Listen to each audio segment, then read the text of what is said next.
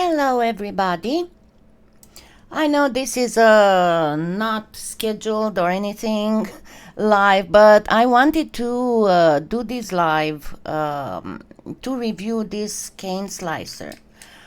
Um, it is, and let's hope that my stream is going good, because I don't see anything going on there.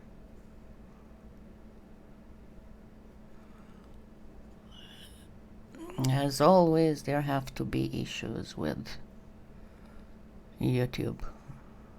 Just a second.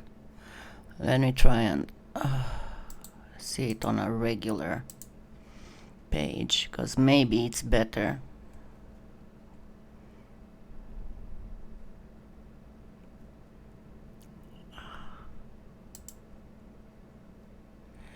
I am so sorry, but as usual,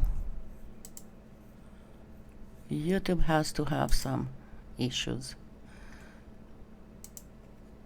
Okay.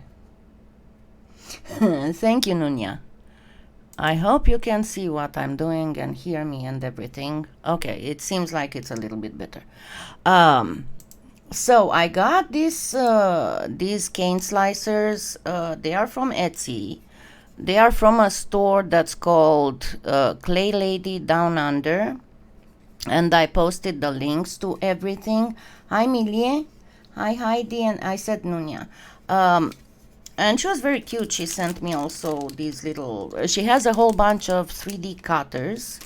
What I can see, and we're gonna go through them too at the end of this. But what I was the most interested in was the slicers. And they're not that super cheap. I mean, it's like 33 Canadian dollars for each of them. They are made out of some kind of fiber something. And essentially they should work relatively easy. And I'm going to try two different, because see, they have 3 sizes for canes, both for the square and for the round one. And they seem to be fairly simple. I mean, you bring your cane here and then you go with your blade through these openings. Hi, Tina. So let's see. I'm not going to put a real cane, just a scrap clay made into this, just to check the way it works. So this is obviously a round one. And let's see how the whole thing works. Let me first, I'm going to use both a rigid blade and the long 8-inch blade that I normally use, because the 4-inch it's way too short to use here.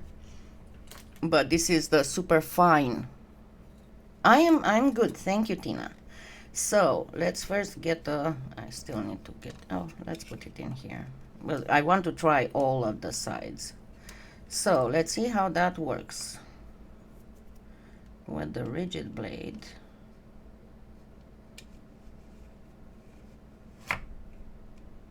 Well, it goes all the way without a hitch. It seems to be a little bit of an issue simply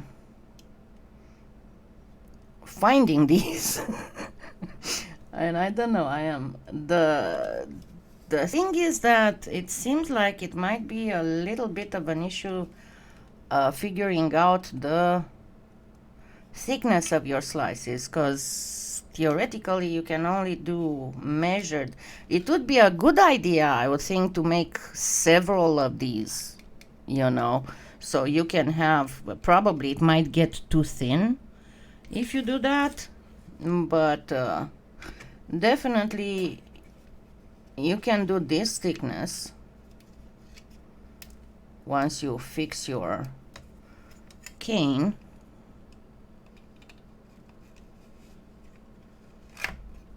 And you'll have all your slices, but honestly, to me, this is too thick for a slice to cover anything.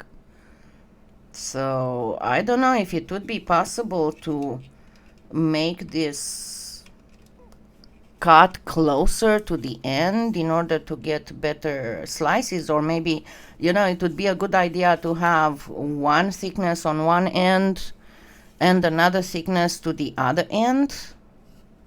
That would make them way more, or have something here that can be, you know, put in so you can measure somehow the thicknesses. I'm good, Janice. Hi, Chris. Because otherwise it's a little bit difficult to figure out exactly what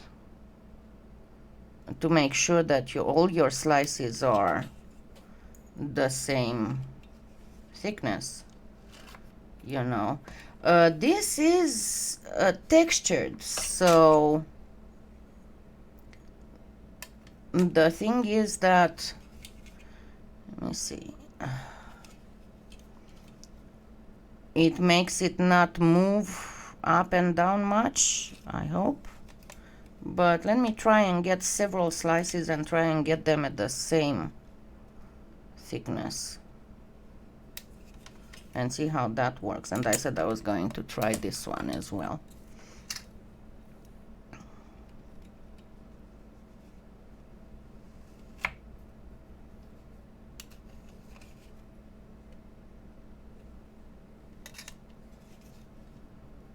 And move.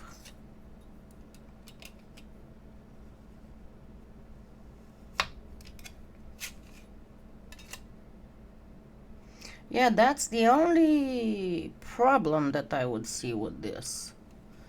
Would be and remember that you need to always move turn around your cane so you don't get it squished as it gets cut.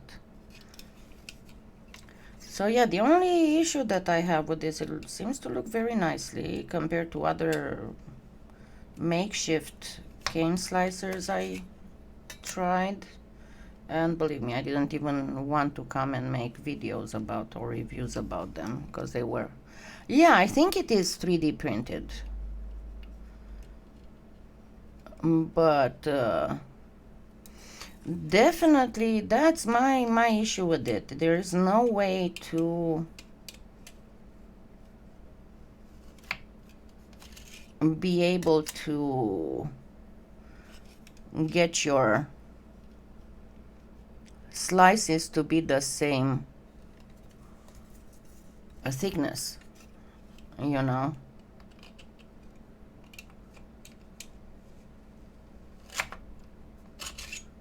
I mean, only by eyeballing it. There's no other way. And if we go by eyeballing it, you know, let me grab my short cane slicer. I mean, don't get me wrong, if you have problems with holding your cane properly and getting your slices properly, most of the time I don't, and the only time is when I go straight under the camera, but you can see it's, I mean, it's pretty much the same thing as cutting the cane freehand. So I don't know, but that's my thing. If you have problems holding the only thing that it does really do good is to hold the cane straight. It doesn't allow you to go like this or like this, and if you have problems with being able to keep the blade perpendicular to the cane, then this is a good thing for you.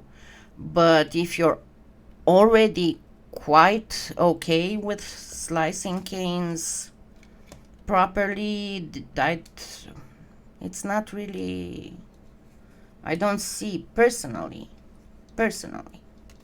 again, for me, I don't see any kind of, and I think this one is This one is too thin for this. I know she sells some blades, thin blades too. Yeah, probably that would be the only way to do it, to do some kind of marking. But it's not the mark on here. You need the mark on how much to bring the cane forward. So you'd need the mark in here. That's the, because see, I'm fine with it here, but how do you do to bring the cane far enough to always get the same result? See? So yeah, unless there was, you know, something, because obviously you can put something here to keep it something taller than this, but you get what I mean. You know, if it had several cuts and you could just bring this and you'd always get the same thickness, it would be fine, but there is absolutely no marking. And again, on the square one, only the, and not even, it's barely, okay, we have some issues here.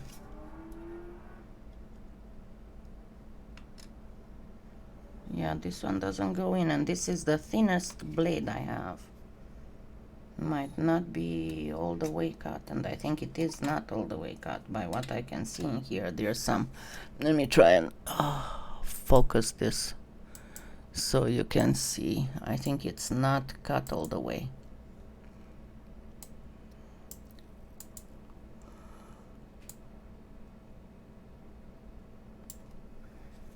And grab something white on this side.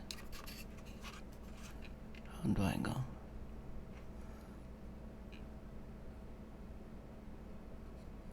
Yeah, see, it's not completely cut if you look here.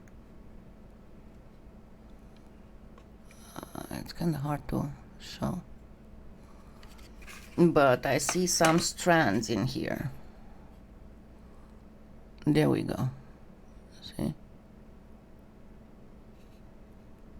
On this side. There you go, see? I'm trying to see, there are some things here that don't allow, so it's not that that cut is not perfectly made. Probably I can just grab my Dremel with the, but it's all the way on the square one, it's all the way all over the place. I can see that there are threads there. So honestly, I am so very sorry, but I'm not super impressed. Hi Anna. Now let's check these cutters, because I saw that she had some really nifty looking shapes. They're not very tall for one, but let's see how good they cut. So where's my, there we go. If we need cleaning after or not. Let me do this one too, because that's the problem. That's why I'm not super happy, generally speaking, with the 3D printed cutters, because most of them leave dirty edges. You need to go in and clean the edges. On some of them you can go, you know, with the emery board and kind of get them a little bit sharper, but let's see how good it is. Maybe I didn't press hard enough on this one. I'll try again, because I might not have pressed hard enough on this one. Let me try that again with another piece of scrap.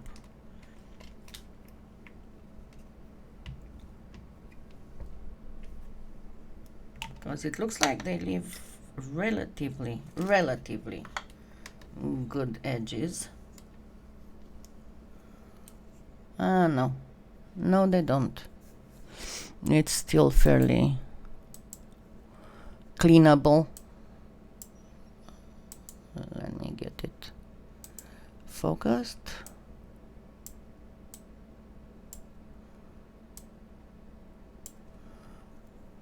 It's not bad. I mean, it's not as bad as I saw on some other ones. Oh, no. This is from an Etsy store from a lady from Australia. I'm still waiting for Lucy Tools to respond. I sent them a full album of photos, and I even made a video that's unlisted just for them. We'll see what they do. This one seems to be fairly... Oh my goodness. Connor has been on my table again. This one seems to be fairly clean. It does have a little bit of lip, but...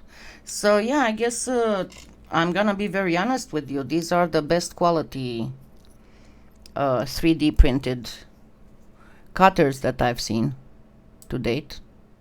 And I've had quite a few. I mean, including the Ronda J and the GF Arts cutters. But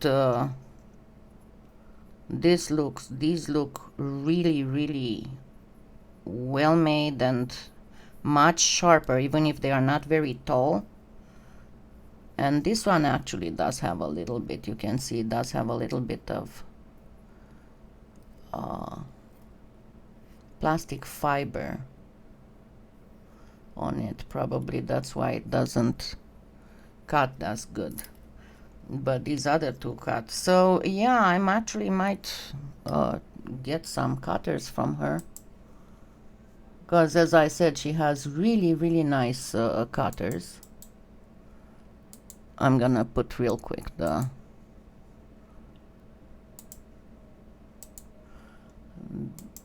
link to her Etsy store.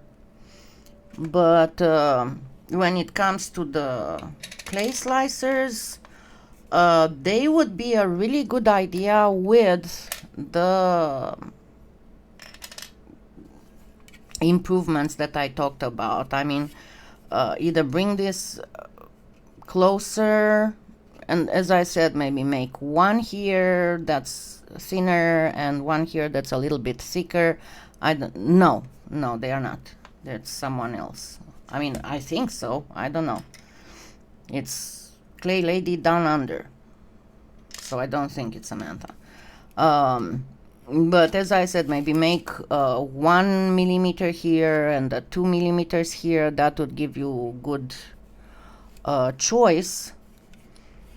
But definitely, as it is now, as I said, unless you have a problem holding your cane and putting your blade perfectly perpendicular on the cane, I don't see a reason why anyone would want to spend 33 Australian dollars on one of these. So, but on the other hand, as I said, these are the best 3D printed cutters I've ever had. Tried, you know. And as I said, I tried from quite a few stores. But yeah, there we go. This is the store. Clay Lady Down Under, and she's in Springwood, Australia. Let me get this focused closer so you can see the whole. It was very nicely packed, very you know, lots of bubble wrap and everything. It was very well packed to have no issues during shipping. But yeah, there we are. So I'll get back to working on my other tutorials, and remember, tomorrow will be the second part of the cane tutorial. And I ordered one of Tiny Pandora's full round bangle sets, and it should, I think it's supposed to come 27 or 28, so either Friday or Saturday. And as soon as I get it, I'm going to use those those canes to do the bangle, and on the same time, review that bangle blank and do the project with the canes. So thank you so much, and remember, tomorrow is the premiere, and then I'll see you Sunday to make more organic beads. Thank you.